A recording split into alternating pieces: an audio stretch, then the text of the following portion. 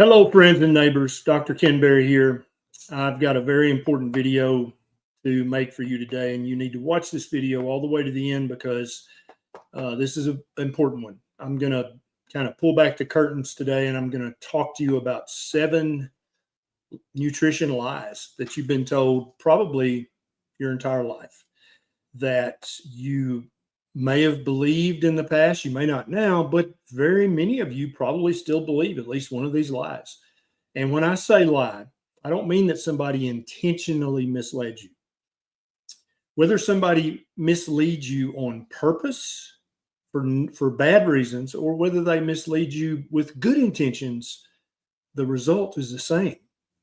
You suffer, your family suffers, your health suffers, whether the lie was well-intentioned or whether it was nefarious. And so we're going to be talking about lies, meaning misinformation you were given about nutrition. You may have gotten it from television. You may have gotten it from a magazine. You may have gotten it from your mom or your dad, grandmom, aunt, uncle, next door neighbor. Doesn't matter. The worst place to get this lie, these 7 lies, are from your doctor, your dietitian, your nutritionist, and they're perfectly capable of lying to you, especially about nutrition, because many doctors don't get much nutrition training whatsoever. What little nutrition training they get is basically propaganda.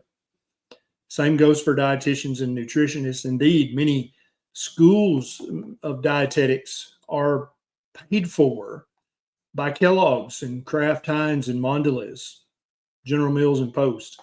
So if they've literally paid for your school and paid for all of your textbooks and paid for your field trips, do you think that they're going to let you say bad things about their junk food?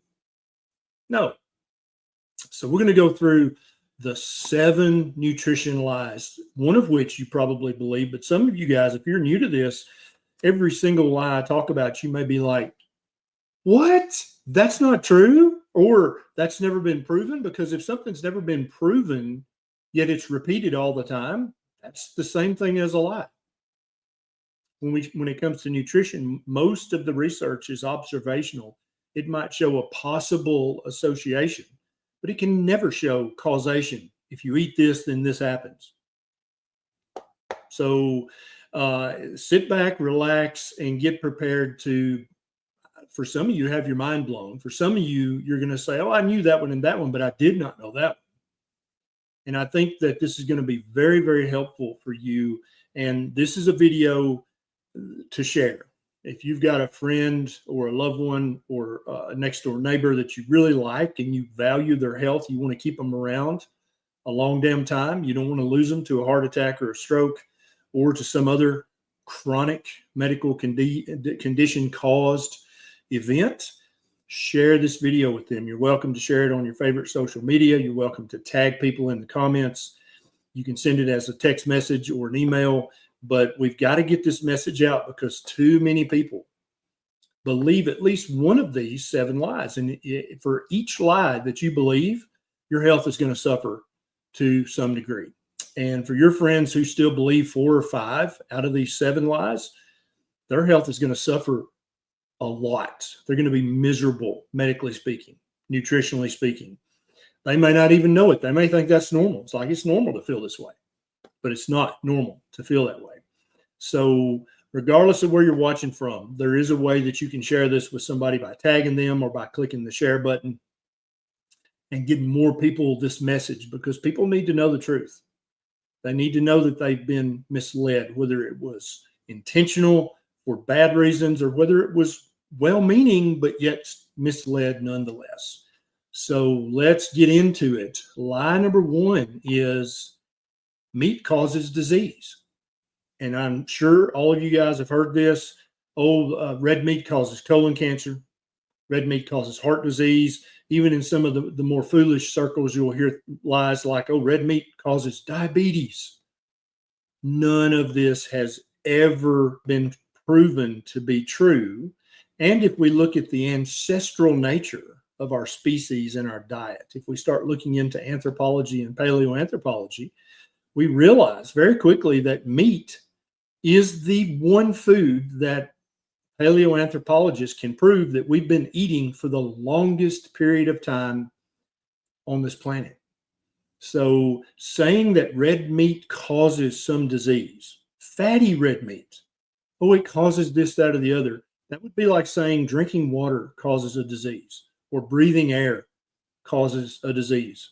It just makes no sense. It's not even good common sense. We've been doing it for millions of years, but it causes disease? What? No. And so what are they all basing it on? Maybe you're a cardiologist, maybe you're a dietitian, maybe that website you love and you trust for nutrition advice. They said red meat, it causes colon cancer, or red meat increases your risk of colon cancer. Where'd that come from? All of the negative statements about red meat come from observational research. Now, if you don't know a lot about statistics, epidemiology, research, you're like, I don't know. It just said the study said it had 30,000 people in it. If it's observational, the way it's set up, it can only show possible associations. It can never show causation. It can never say, you can never use an observational study to say red meat causes colon cancer or red meat increases your risk of heart disease. All you can say is there is a possible weak association between eating red meat and heart disease or whatever. But yet, when you read the headlines in the magazine or on the website, when you see the news story on television or on YouTube, they don't say that, do they? They don't say, well, there's a possible weak association between eating meat and colon cancer. They say, cut your risk of colon cancer by cutting out red meat. This is deceptive. This is misleading. This has never been proven true. And if we look at the ancestral argument, the anthropological argument, we've been eating red meat for just as long as we've been drinking water. How is that possible that this is somehow bad for us, that it's somehow meat causes disease? And each one of these lies I go through, I want you to tell me in the comments, yes or no. Did you believe this one? Or did you used to believe this one? Did your mama tell you, hey, don't eat all that red meat, it's bad for your colon? Or did your doctor say, hey, you've got to cut out the red meat, you've got high blood pressure? Or have you had a dietitian say, you got to cut out the red meat, it causes type 2 diabetes? Have you been told this lie? If so, now you know. If from this day forward, a doctor, dietitian, nutritionist, your mama, if any of those people who you're supposed to be able to trust, if they say you got to cut back on red meat for this, that, or the other reason, you're going to say, prove it. Show me the research. If you don't have research showing me that red meat causes this, that, or the other, then stop saying it, because you don't know. You're misleading people. Maybe with good intentions. Maybe you believe in your heart of hearts, doctor, that red meat is bad for your heart. Maybe you believe that, but you don't have any objective evidence to base it on. So shut up saying it. Lie number one, meat causes disease. So many ways we could go with this. So many other things that meat has been blamed for. That's just foolish. It's foolishness.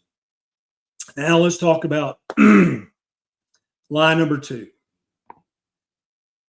Counting calories helps. How many times have you been told, oh, you just need to eat fewer calories than you burn and you'll lose weight? So if you're overweight or obese, or you got, 5 or 10 pounds you want to lose, you immediately download that calorie counter and you start counting calories. And what winds up happening is you try to then cut back on calories, which makes you hungry. And then they say, oh, you got to eat less and move more.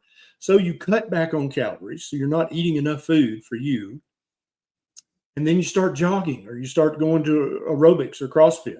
And now you're really starving, because when you cut back on the amount of food you eat, that makes you hungrier. And when you exercise more, guess what that does? That makes you hungrier. Okay. When you jump on the bathroom scales or the scales at your doctor's office to see what your weight is, does that scale, does it measure energy? Because calories are a unit of heat energy. That's how you measure heat energy. Scales don't measure calories. Scales don't measure energy. They measure mass. If you'll adopt and stick to a proper human diet, then you'll eat less total food, which means you'll eat fewer atoms, fewer molecules, which means that you'll lose weight on the bathroom scale. That's why keto, ketovore, carnivore, that's why they work so well.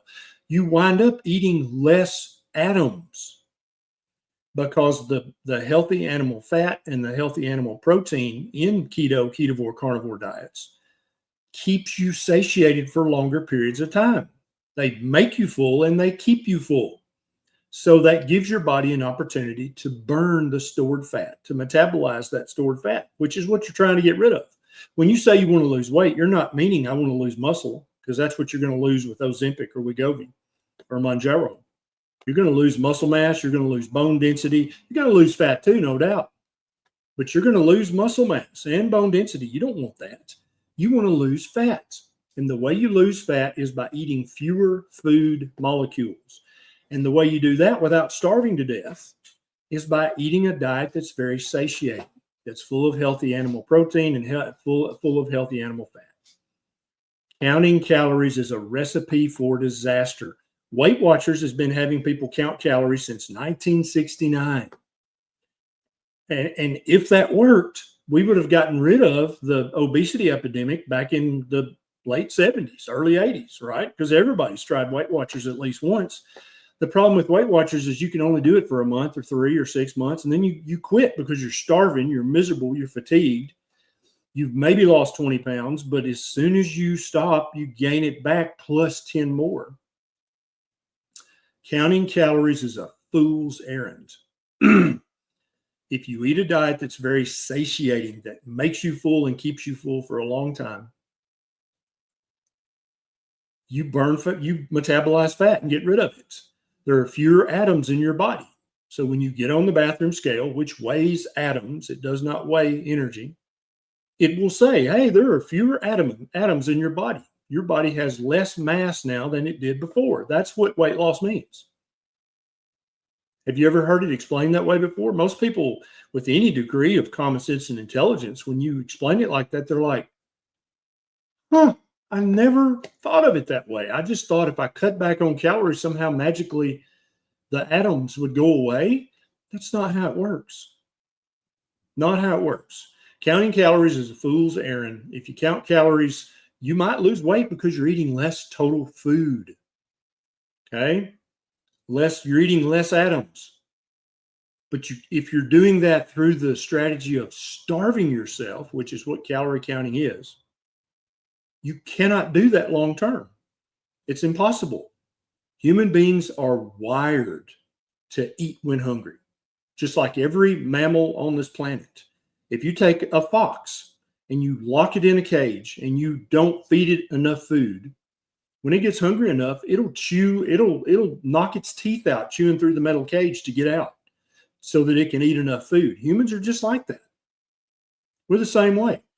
We can starve ourselves for a while. That's what eat less, move more is. That's semi-starvation. You can't do that long term. It's not because you didn't have enough willpower. It's not because you didn't have enough self-control. We're literally asking you to do something that is physiologically impossible for a mammal, which is semi-starve yourself for the rest of your life. That's what counting calories means. When you think of it that way, you're like, yeah, that's dumb. But if you eat a diet full of satiating fat and satiating protein, then you don't eat as much food. You don't eat as often. You don't snack between meals because you're not hungry. Your insulin level comes back down to normal, and that unlocks the fat so that you can metabolize it, get rid of it. Then you wind up actually losing weight. Lie number 3, saturated fat in your diet is bad for you.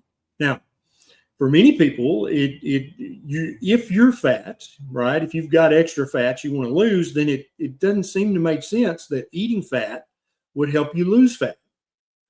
But that's not how human physiology works. Eating fat does not make you fat. Eating fat does not make you gain fat. Eating too many carbohydrates, which all break down into sugar, spike your blood sugar, spike your insulin, and cause you to store that food as fat. That's how it works. So anytime you hear somebody say, oh, saturated fat's bad for you, even the American Heart Association, who used to be the proponents of low-fat diet, they've backed away from this. They don't even say this out loud anymore. They used to say, oh, don't eat foods high in cholesterol. They took that out of their guidelines back in 2015. The American Heart Association does not care how much cholesterol you eat now, but I guarantee you, you've been told by somebody you trust, oh, don't eat that shrimp, it's too high in cholesterol. Or don't eat the fat on your ribeye, too high in cholesterol. That's dumb. At this point, that's just ignorant. You don't even know what you're talking about if you say something like that. And increasingly, if you say, oh, don't eat saturated fat, eat a low saturated fat diet, you're 5 years behind on your reading. You don't even know what you're talking about. And increasingly, people who follow the keto, ketovore, carnivore way of eating who've gotten so much success, they go into their doctor's office and they've lost 80 pounds and they've reversed type 2 diabetes and they've gotten rid of fatty liver. And the doc says, well, you need to cut back on all that saturated fat. And they just laugh at the doctor. They're like, what are you talking about? The saturated fat is what got me here. That's what kept me full and kept me happy and satiated. That's what fed my brain. That's what made the cell membranes of every cell in my body. Why are you telling me to eat less fats? Because your doctor still believes that saturated fat is bad. They believe it. They don't know it for a fact. There's a big difference between knowing something and believing something. Kids believe in the tooth fairy. That doesn't make the tooth fairy real. Doctors believe saturated fat's bad for you. That does not make saturated fat bad for you. It just means they're ignorant. They don't know better yet. Does that make sense?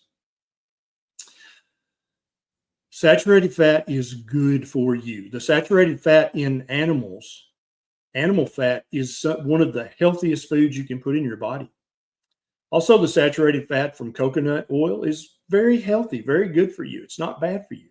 The saturated fat in palm oil, very good for you, not unhealthy, not bad for you. This is a lie. Again, you're like, well, they must have research to prove this or they wouldn't say it. You would think that, right? You would think they must have research, but they don't. All they have, once again, is that observational research that shows a possible weak association between saturated fat and whatever they're talking about. There has never been a randomized controlled trial in human beings that shows that replacing saturated animal fat with vegetable fat is good for you. In fact, there have been 3 randomized controlled trials in human beings where they replaced animal fat with vegetable fat, corn oil. And every single study, the patients got sicker, they died sooner, they had more cancer. But you didn't hear about those 3 randomized controlled trials, did you? I've got a YouTube video about that. Saturated fat is not bad for you. Saturated fat is good for you. Lie number 4, vegetable seed oils are healthy. Now, remember, I talked earlier about the ancestral argument. We've been eating meat for as long as we've been on this planet. Therefore, it can't really be bad for you. That doesn't even make any sense. That would be like saying, oh, breathing clean air is bad for you. You should cut back on that. We've been breathing air ever since we've been here. How is it bad for us now? Same for red meat. So that same argument can be applied to vegetable seed oils like soybean oil, canola oil, sunflower, safflower, any oil that your ancestors couldn't make over a campfire is not ancestrally appropriate. It's not good. It's not, by definition, we need randomized controlled long-term trials in humans on canola oil, soybean oil, cottonseed oil, safflower, sunflower. We don't have those. You can't get oil from those things without chemical processes, industrial processes. It has to go to the factory. Some people say, no, I eat cold pressed canola. No, cold pressed canola would taste like shit. Okay. They have to run it through detergents and deodorizers. It tastes hideous if you just squeeze it out of the canola oil, out of the rape seeds. You're not eating cold pressed. I promise you, you're not. unless you pressed it yourself. And then also you're like, no, it tastes really bad. It smells awful. These things have to be made in a factory. In the case of canola oil, humans have only been eating that for a few decades. Okay. Before 1900, no human on planet Earth had ever drank or eaten one drop of canola oil, ever. Same for cottonseed oil. About since 1900, no human had eaten cottonseed oil. Soybean oil, no, you can't just stomp on soybeans and get oil out. It has to go to the chemical factory to get that out. So what are the fats that are healthy? It would be the fats that we've been eating the longest period of time. So that's going to be beef tallow. That's going to be pork fat, chicken fat, sheep fat. That's going to be butter. 6,000-7,000 years we've been eating butter. Millions of years we've been eating the fat from every animal we could bring down with our spear and bow. Coconut oil is not bad for you. You can make coconut oil over in a home kitchen. Avocado oil, not bad for you. You can make that at home. Olive oil, not bad for you. You can make it at home. Now, the problem with buying olive oil and avocado oil is they're very expensive to make and ship. And a lot of people will cut them with canola oil or soybean oil because they're super cheap, because they're crap. And so 8 times out of 10, if you buy that bottle of olive oil from the supermarket, half of it's soybean oil and you don't even know it. Half of it's canola. You don't even know it. And if you buy your tuna fish in oil, it says, in olive oil, 100% chance that that's canola oil or soybean oil. Why? If they're going to cheat in the big, beautiful, dark green bottles that say they come from Italy, why do you think they're going to put real olive oil in your tuna fish can? No. Vegetable seed oils have never been proven in long-term clinical trials to be even healthy, much less healthier than the fats that we've been eating for our entire time on this planet.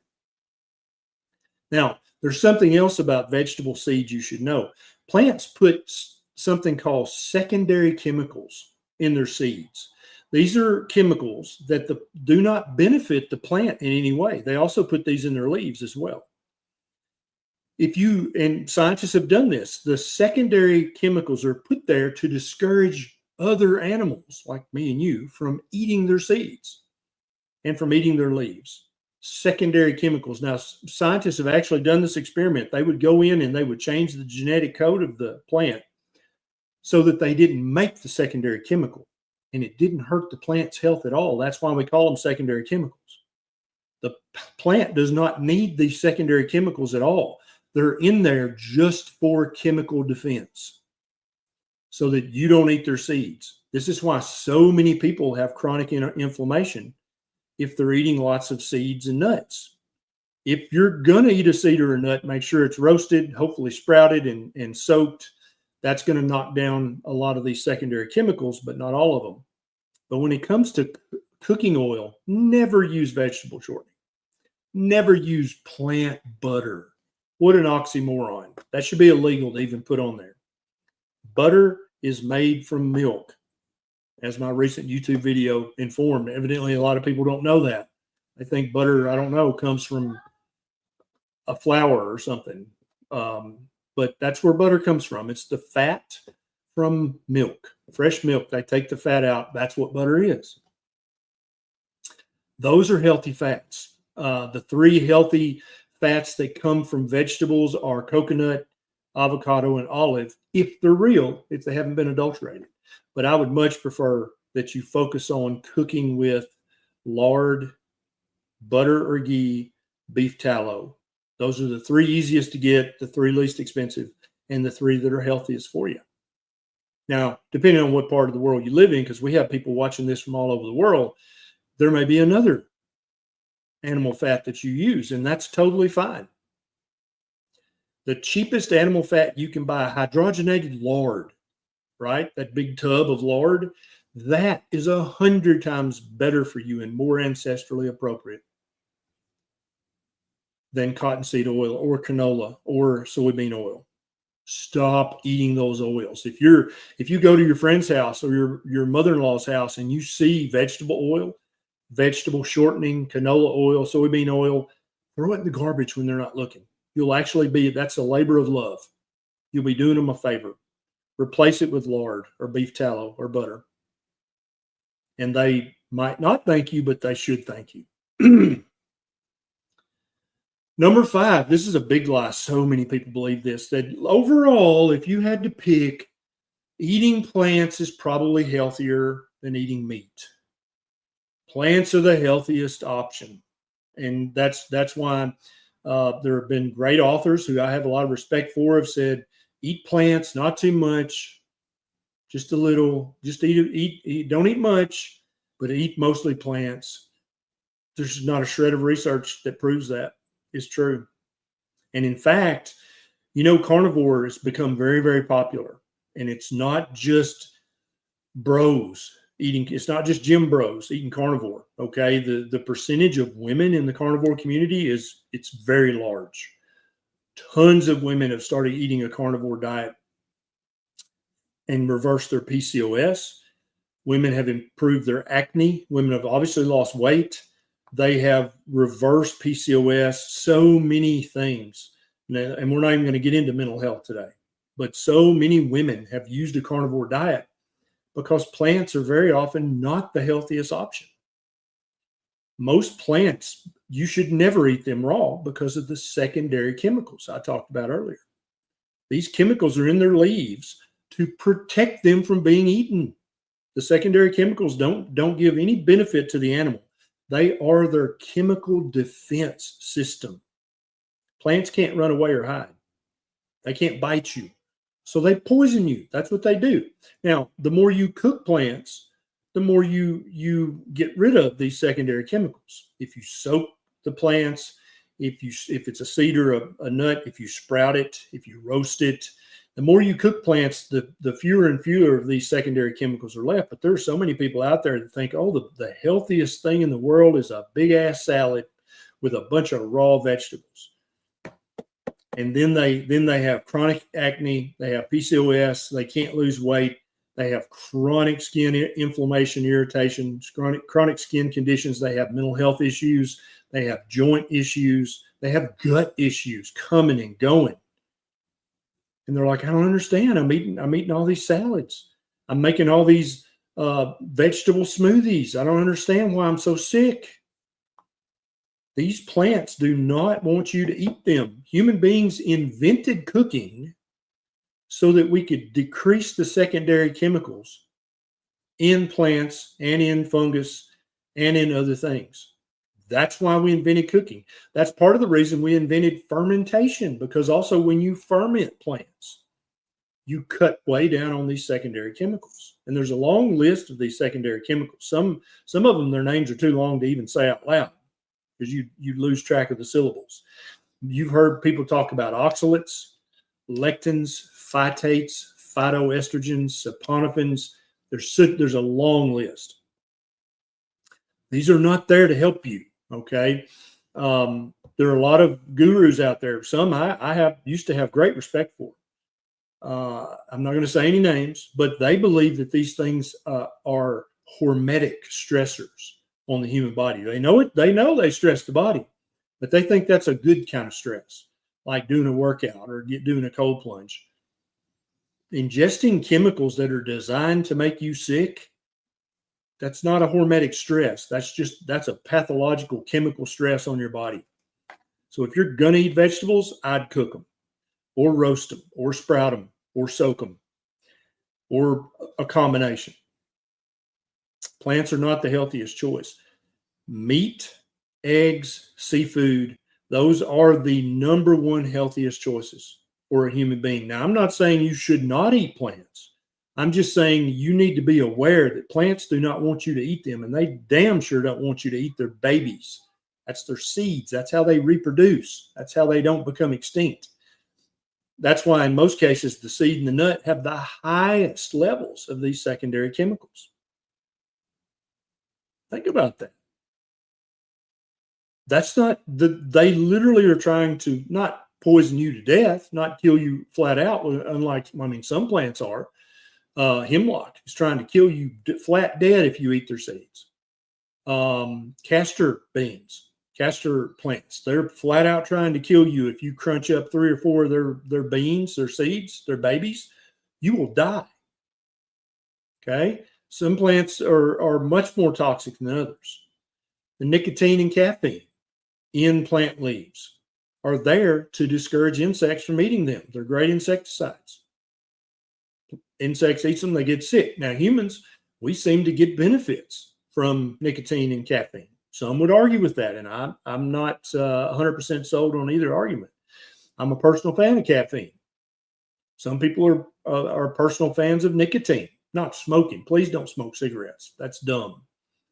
But getting nicotine from other roots, it seems like it can be a nootropic. But the vast majority of these secondary chemicals are in these plants to make you sick enough that you're like, ooh, I'm not eating that anymore. And sometimes it's obvious, like when Nisha eats turnip greens or spinach. She gets immediate gut irritation. She gets bloated. Looks like she's three months pregnant. It's so cute, but she doesn't feel cute.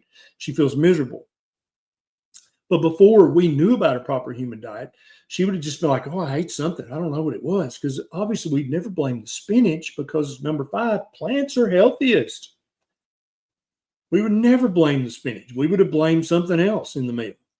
But now that we've done the ultimate elimination diet, which is a carnivore diet, we know for a fact it's the spinach because she won't eat spinach for months. Belly's fine. Eats spinach, 3 months pregnant.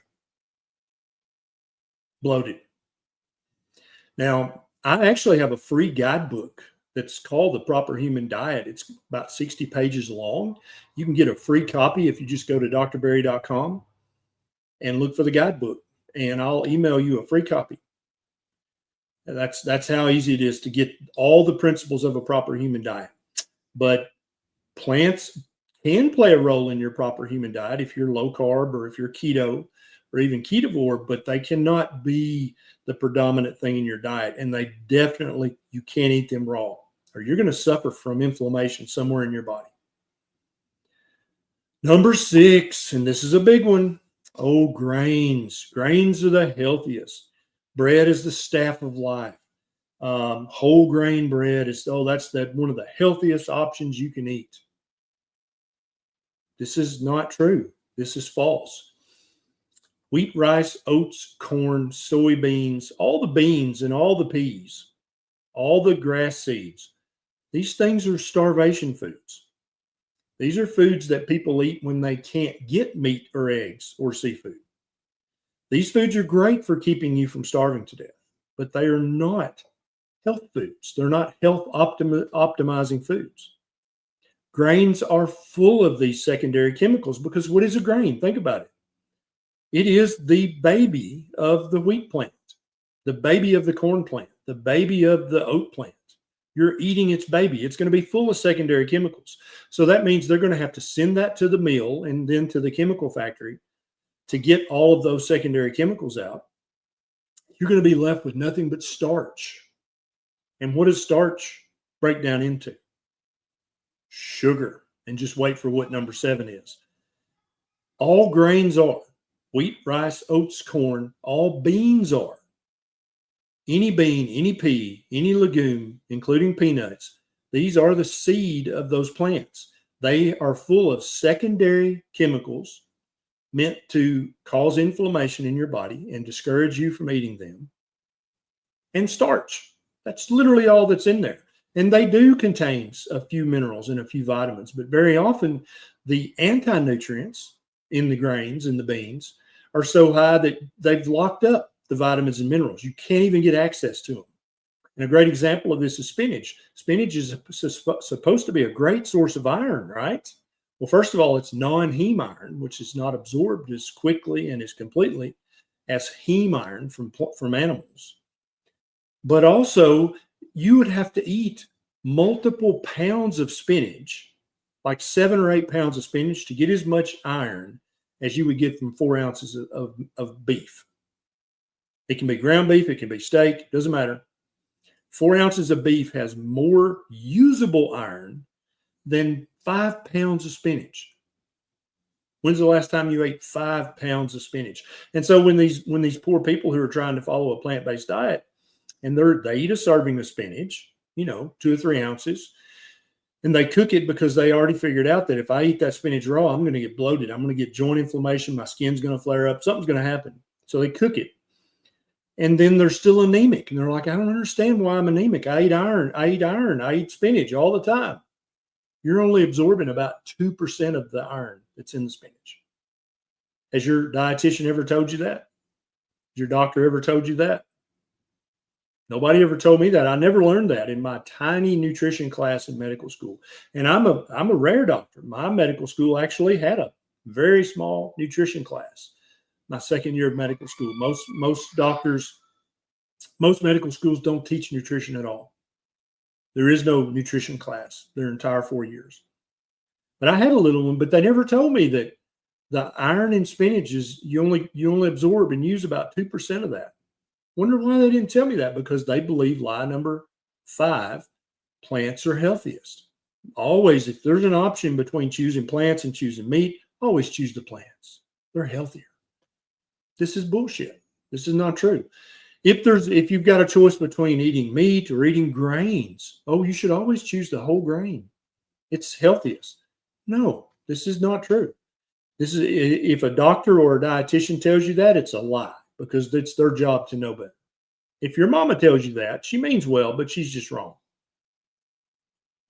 Does that make sense? And then lie number 7. Natural sugar is okay. If you're eating the sugar in a honey bun or in a candy bar, that sugar's bad for you. But if you're getting natural sugar from orange juice or apple juice or pomegranate juice, that's different. That's magical. This is ignorance. Anybody who says this does not know what the hell they're talking about. Okay? And here's how you know that. First of all, where did the sugar in the Lucky Charms come from? Where did the sugar in the donut? Where does it come from? It comes from plants. It's naturally occurring. It comes from sugar beets and sugar cane. That's where it comes from.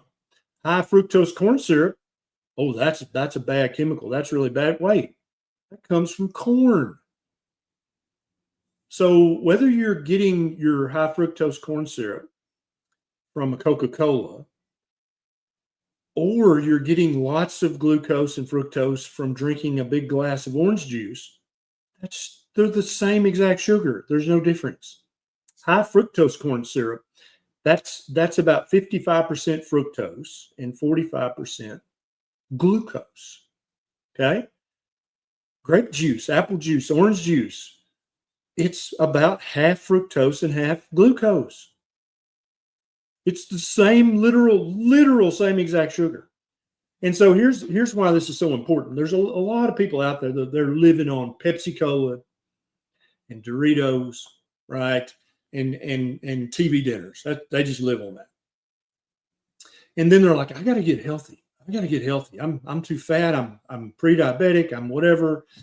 And so they'll stop drinking the Pepsi because it's got high fructose corn syrup. Oh my God.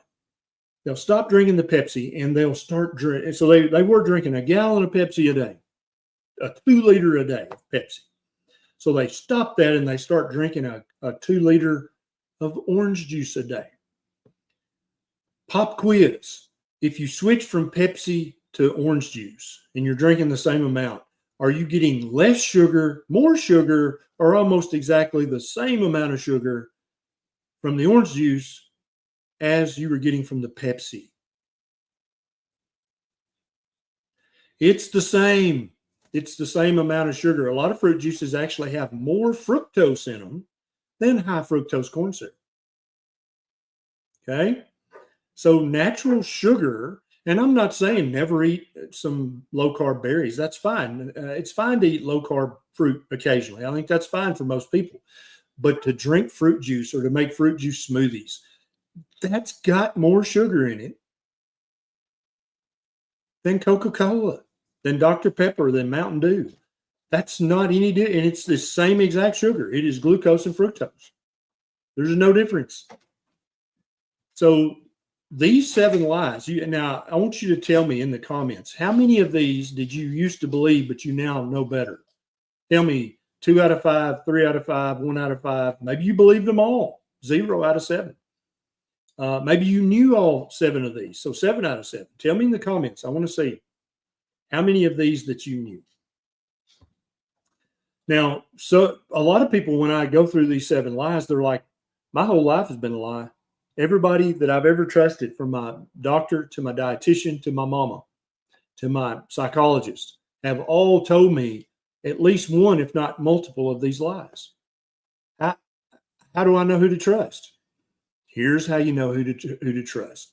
I don't want you to blindly trust and believe me.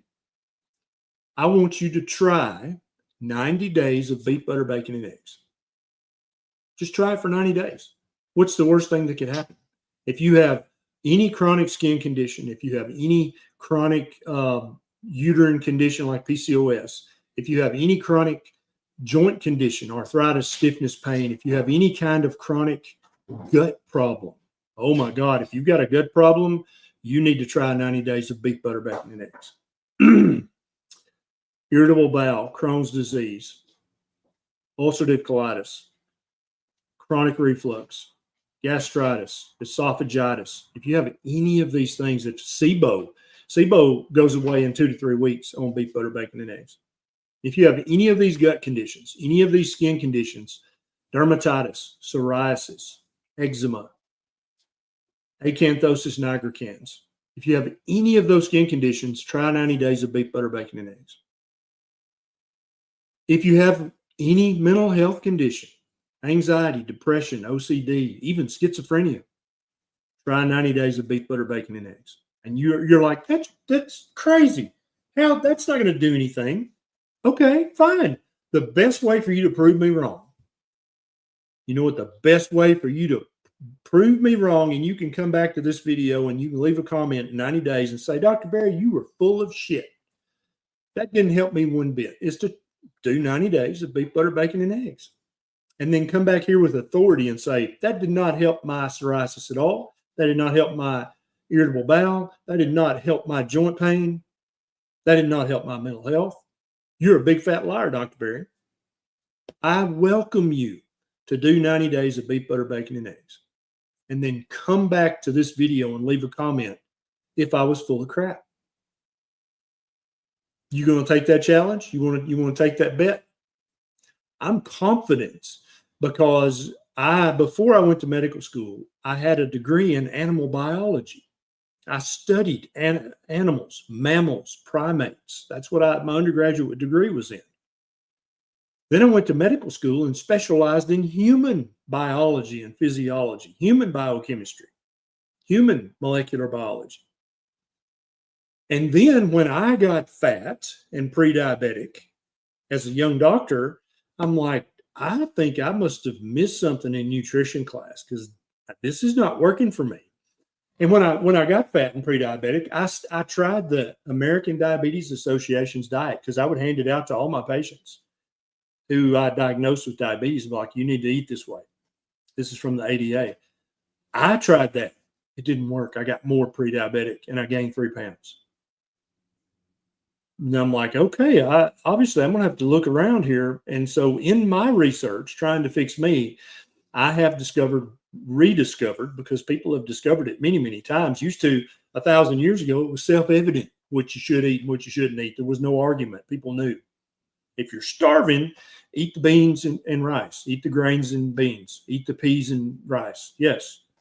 But if you can do better and you want to be the healthiest person you can be, if you want to have healthy offspring and raise healthy children and to become healthy adults, you got to eat the meat and the eggs and the seafood. That's the healthiest thing that a human being can eat. So I hope you've been honest in the comments. I hope you've told me which one that you believed before you saw this video today. If you're watching this on the replay, please put it in the comments. Which one did you believe? And now you're like, maybe Dr. Barry's right. Maybe that's bullcrap. Yeah. So if you've been lied to by everybody in your life, mama, dietitian, doctor, and you're like, how I need to find some people who understand the principles of a proper human diet. You are welcome to join our community. And if you go to drberry.com and just click on the community button, you can join us. I'm going to be doing a live Q&A inside of our community at 5 p.m. Central today.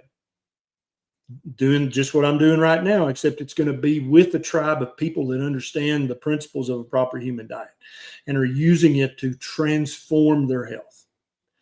Don't wait till the first of the year. So many people are like, my God, January 1st, that's it. I'm going to do the blah, blah. Why? Why are you going to wait till then? What's the strategy there? Wouldn't you like to start getting healthier tomorrow? Why wait a month and a half? I don't understand. Why would you want to be unhealthy for another month and a half? I would recommend you don't do that, because some of you, we got about 6,000 people watching now everywhere. One or two of you are going to die between now and the first of the year from a chronic medical condition, a chronic medical disease that you could have prevented your own death if you hadn't waited until January 1. If you said, you know what? I think he's right. I think I'm metabolically very sick. I'm obese. I'm overweight. I'm pre-diabetic. I'm type 2 diabetic. I need to go ahead and start now. I don't need to wait till the first of the year. I got fatty liver. I've got NASH. I've got severe Crohn's, ulcerative colitis. I got severe psoriasis, eczema. I got Hashimoto's. I got depression, anxiety, OCD, bipolar. Really? You want to wait another month and a half? You don't want to get started with your very next meal? Because you can download the Proper Human Diet Guidebook, and by the time it's time for your next meal, you can know what to eat and what not to eat for free. You can get a free copy. drberry.com, and then click on the guidebook. I'll email you a free copy right now. And so by the time of your very next meal, you can have skimmed through those 60 pages and say, okay, I've got the 11 principles of a proper human diet. I understand now. So I was going to eat this, but I'm not going to eat that now. I'm going to eat these other things. And immediately, your metabolic health will start to improve right then with that next meal. Later today, first thing in the morning, whenever your next meal is going to be, that's when you can start getting healthy. Get the guidebook and start with your very next meal. Now, what if you don't do perfectly your next meal? This is some people, this really trips them up. It's like, well, I feel I did better, but I didn't do perfect, and so I think I'm a loser. No, better is always better than worse. And starting sooner is always better than starting later. Do better starting your very next meal. That's the road back to good health. Not saying, oh, I'm going to wait a month and a half, waiting for New Year's. I'm going to blow it out for Thanksgiving and Christmas, and then I'm going to tighten up. Because guess what? Even if you download the free guidebook at drberry.com right now, you read it, 60 pages. You can read that in an evening. And you're like, okay, I get it.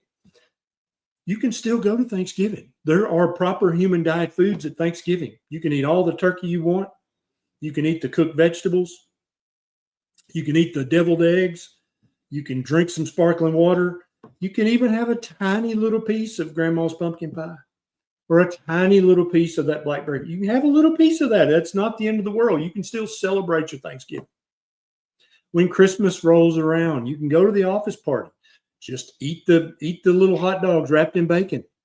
That's a health food. You're like, wait, what? Yeah, I've got a video about hot dogs and bologna on my YouTube channel. They're just ground up meat, salt, and spices. That's all they are. Bacon is just sliced meat that is salted. That's all it is. It's not processed food. It's just meat with spices and salt. You can eat all the little pigs in a blanket. You can eat all the meat and just don't eat the other junk. Definitely don't go to the dessert table. So if you start right now, download the guidebook, get started. By January 1, when you were just going to get started, you can already have enough improvements where your friends are like, dude, what have you been doing? You different. You look better. You seem happier. You seem less fatigued. You seem less irritated. What are you doing? That's the conversation you can have at Thanksgiving. Yeah, even if you start right now, by the time Thanksgiving rolls around, if you celebrate that, you can already be feeling better on a proper human diet. How cool is that? By Christmas, a month and a half from now, you can be feeling substantially better and looking better. Like people who haven't seen you since last Christmas will be like, have you done something with your hair? What have you done different? You look younger. Did you get some work done? What you standing up straighter? Your belly's flatter. I don't understand. What have you done? Are you on Ozempic? Wouldn't you love for that to be the Christmas dinner conversation instead of being able to join in with everybody else about all the pills you're taking and how miserable you are and how you just can't get blah, blah, blah. I'm so sick. I have no energy. You've done that enough years already, haven't you?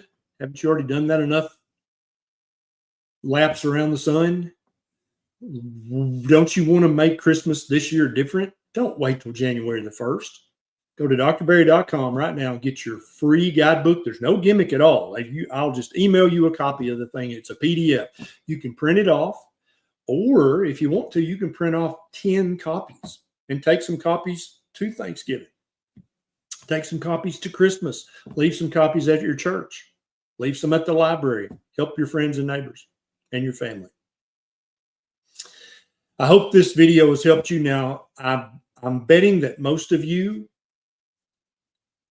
believed at least one of these lies, right? At least one of them. You're like, well, I thought. Yeah. Now, how many of your friends and family currently believe 1, 2, 3, 4, 5 of these 7 lies? How many? There's a share button. Share this video with them. You can tag them. You can send it in an email, a text message, or you can just share it on your social media. Let's improve the health of the entire world. Yes, let's make America healthy again. Yes, absolutely. But do you think for 1 second, I don't want to make the people of Ethiopia healthier, the people in Russia healthier, the people in the UK and the EU and Australia and New Zealand? I want everybody on this planet to be healthier. And the way we do that is, number 1, fix ourselves. Then number 2, we teach.